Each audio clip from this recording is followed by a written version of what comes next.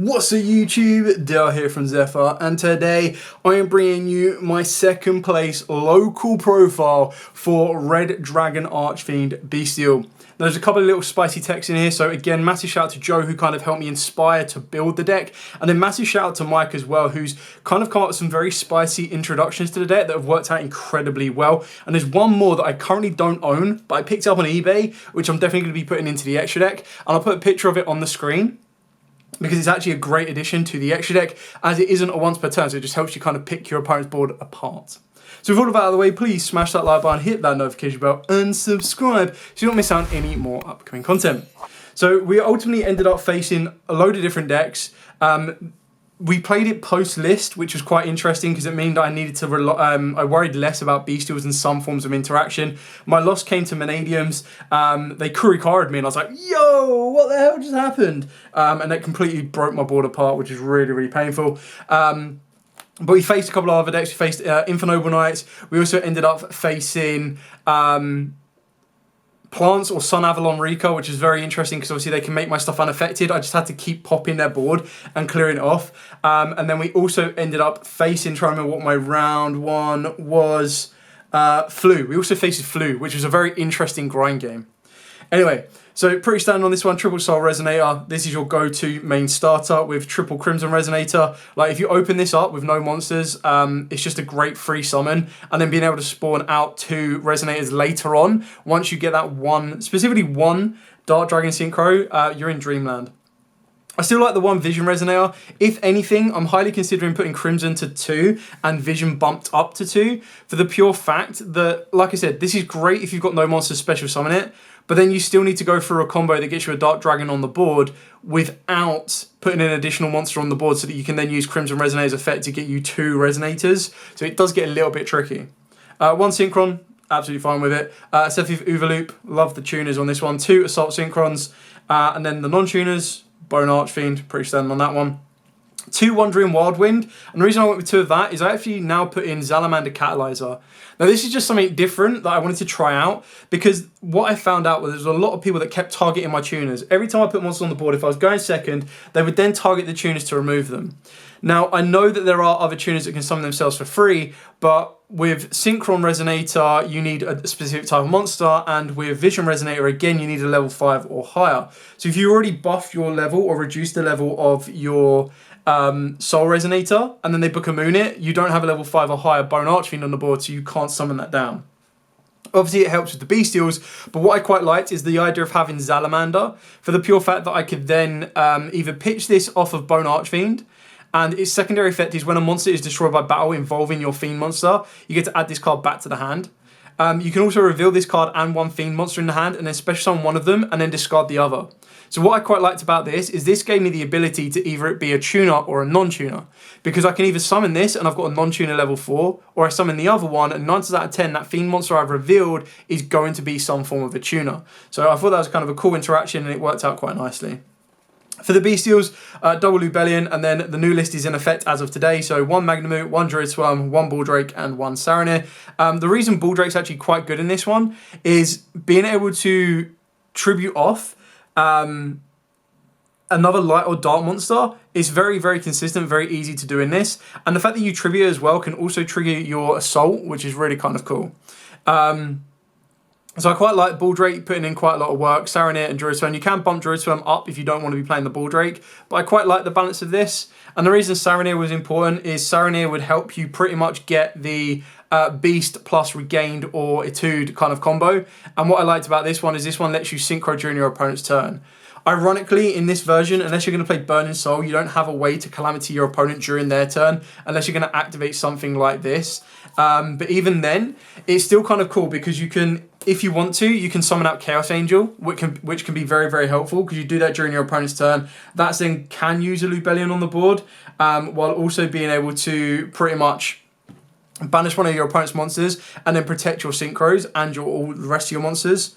Or alternatively, you go into a Disbatter, and then Disbatter just gives you that ability to, again, continue to cause your opponent a couple of issues because you'll be able to go into Disbatter. Disbatter can then become a negate if they try to turn off the board or change it up or, you know, do whatever they need to do. So really kind of cool options of the deck. The issue is the Etude isn't that great going second. because you should really be able to push for the OTK when you do go second with this deck. But then the Beast kind of comes into its own in that place, because then Beast can start popping cards off, and that really does help you kind of break the board apart and do everything you need to. For the hand traps and just general board breakers, I went with triple Ash Blossom, double Talents, and double Droplet. The Droplet I really like. The Talents is hit and miss. Like, sometimes the Talents is really good and absolutely cracked, and then sometimes I'm like, I probably should have put Imperms in the deck and just stuck with the Imperms. Would probably be the best way of doing it. So I'm definitely considering putting Imperms back into the deck. It's just like a last minute kind of change. I was like, okay, well, Imperms doesn't really help me break the high level Pearly boards or anything like that. Ultimately, I didn't end up facing any of the Pearly boards, so again, it was kind of one of them ones where in the right situation, you might want to consider something like Talents or Change of Hearts. In the other scenarios, then Imperm might be a little bit better. Consistency cards, triple Resonator, cool. Triple Crimson Gaia, like, this card's nuts. This is like the brand, in my opinion, and what I mean by this, before everyone loses their mind, this is the branded Lost of the structure deck. And what I mean by that is, it's a card that is so good that it deserves an upgrade. And the question really does come, when is that upgrade going to happen? You really want it to come a lot sooner than it actually will do. But it's just so good for the deck that it should have naturally been a foil from the start. And the fact that it isn't is a big shame. But still, really kind of cool card. I think it's like the best new card we've received, in my opinion. Just for the fact that the consistency level is absolutely insane. Searching everything you need to, your starter, and then being able to help you push over the line with everything else is, yeah, it's near invaluable, which is absolutely amazing. And then the final cards, we've got the one Call by the Grave, the one Red Zone, and then again, massive shout out to Mike on this one, Red Screen. Now, for those of you that don't know what this card does, your opponent's monsters cannot declare attacks. Wow, okay. During each of your end phases, you must pay 1,000 life points. It's not optional, or this card is destroyed. You entire level 1 tuner monster in your graveyard, so Synchron Resonator, destroy this card, and if you do, special summon that target. Red Dragon Archfiend must be on the field to activate and resolve this effect. So you can still activate it, still stop your opponent attacking. You're constantly going to always have access to a Red Dragon Archfiend because you're going to have Scarred Red Dragon on the board. But it's just so powerful. Literally having this one-sided technical, I think it's like Prison of the Sacred Ancient Organisms. The one that won't let level 5 or higher attack. And you're like, yeah, no, none of your monsters can attack. It's just insanely powerful. So shout out to Mike who introduced me to this card. He was like, hey, check this out. And I was like, oh, okay, that's interesting. And then I saw him use it in OTS and I was like, yo, this is insane good. So I really do like it. I like the way it works. It's just nice to have an additional floodgate. 9 times out of 10, you'll want to go for Red Zone more times than not, just because it gives you that recycle and that pop. But then the times that you do get into Red Screen without your opponent knowing you've got it can again also be just as invaluable, because you just sit there, they're not expecting it, and you flip that on them. And not only because it's not a card in the structure deck do they not know like what it does, but also being able to say, okay, your monster just can't attack outright is absolutely insane. Like, it doesn't have any level restrictions. It's not like, level X or lower can attack or anything like that. It's just straight up, nope, no attack for you. And yeah, it really does cause them a lot of issues, which is slightly interesting to say the least. Cool, so that's it for the main deck. I'll show you the side deck and then I'll show you the extra deck, just so you can kind of get a feel of what I kind of put together. Now, what I say every single time with the side decks is always dependent on your local environment. You'll adapt them as you see fit and kind of tailor them to what you expect to face and then work it back from there. So for my side deck, I was having the one Skullmeister, so I was maining this, and then through my first run out, I found out that this was just not that effective. And what I mean by that is for the pure fact that it wasn't effective in some matchups, because some of the matchups I was facing, like Manadiums, they weren't really doing a lot with the graveyard. Yes, it's great against the Unchained matchup, absolutely fine on that one. But if you're not facing Unchained on a consistent basis, it doesn't really give you the outlook that you need or the outreach that you need for the deck. So it really did kind of come down to, all right, well, I was main decking this, now I want to side deck it, see how it does, and then work my way back from there. So having this in the side deck was absolutely fine, no issues whatsoever. And it definitely kind of, it's just one of the ones where if the matchup is right for it, you search it out when you need it, meaning you're not going to clog your deck down with stuff you may not need. And then that's really, really important when you're playing at the higher events as well, because you need to make sure you have the right balance of everything you need. But if your local environment is absolutely swarmed with Unchained, then by all means, of course, you can very easily bump this up to more if you want to as well, and cause your opponent a whole load of issues. I was then playing Nibiru, and the reason I put Nibiru in here is I thought some people would get a little bit lazy. And what I mean by that is I thought there'd be some players out there that would be like, okay, cool, well, people aren't playing Nib because the format isn't right for Nib. So now I can start playing decks like Heroes and Salamangrates that all auto lose when they get hit with Nib. So I went with 2 Nib, and it did a bit of work. It wasn't like I didn't see it as consistently as I wanted it to, but it did what it needed to do. Triple evenly matched, just probably one of the best board breakers in the game. Because I was playing Droplet, like to combo evenly to Droplet is great because you can activate evenly, then activate a negate to try and negate it, and you go, okay, cool, Droplet, send evenly, gives you 2 negates off the board, and it means that you could technically, it puts your opponent in a position of, right, well, do I leave the Omni negate on the board hoping that it survives the turn, or do I just get rid of it? And then if you do end up going, okay, cool, pass, that's all I had, very rarely, but if you do that, then of course it will also mean that they'll go, oh, well, I've just got rid of the card that I probably could have kept that could have helped me. For back row hate, double Cosmic Cyclone, 1 Harpy's Feather Duster, and again, shout out to Mike and Joe on this one, the 1 Scarlet Security. So if you control a Red Dragon Archfiend, destroy all spell and trap cards your opponent controls. So it's basically a Harpy's Feather Duster, but it's searchable because it's got Red Dragon Archfiend. And I mentioned this to someone the other day because they were like, surely Harpy's is better. I was like, yeah, Harpies as the card generically is much better. The issue is, unless you're playing Triple Tactics, for us, technically this isn't searchable, but this is. So you might as well play 2 Harpy's Feather Dusters. You should be able to very easily get into a Red Dragon Archfiend. Now, I know 9 times out of 10, by the time you've got to your scarred Red Dragon Archfiend or your scarred Dragon Archfiend, or even got to your exact Red Dragon Archfiend, your opponent would have wanted to interact with you with their back row already. But if they were holding that back row back to maybe try and hit you in the battle phase or something along those lines, you still have a searchable Duster that just goes boom.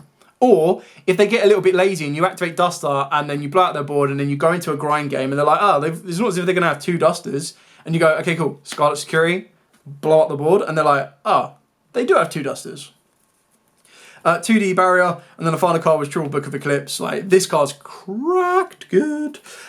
So, like, not only am I stopping my opponent attacking with red screen, like, this is the MVP of the main deck, but then being able to go, okay, cool, Book of Eclipse, if I need to kind of clear the board off. And, like, when you combo Book of Eclipse off with a card like the OG Mac Daddy Red Dragon Archfiend, this is absolutely insane. Destroy all defense visual monsters your opponent controls. Okay. So complete board wipe, and then you go into game from that point on. So that's it for the main deck. Moving on, main deck and side deck. Moving on to the extra deck. So for the extra deck, of course, we are playing the Mag Daddy Scarred Dragon Archfiend. I love this card. This card's so good, so good. I do feel that you could have very easily, like I said, why did Red Rising, Red Rising deserved an upgrade? So I'm kind of happy it got the Ultra, but I was also like, well, why couldn't this have the Ultra as well? And to be honest, I think one of the lost spots was Everyone's King, but I'll accept that because this is kind of like just a token card. I mean, like a no-level monster, 3,000 attack. Okay.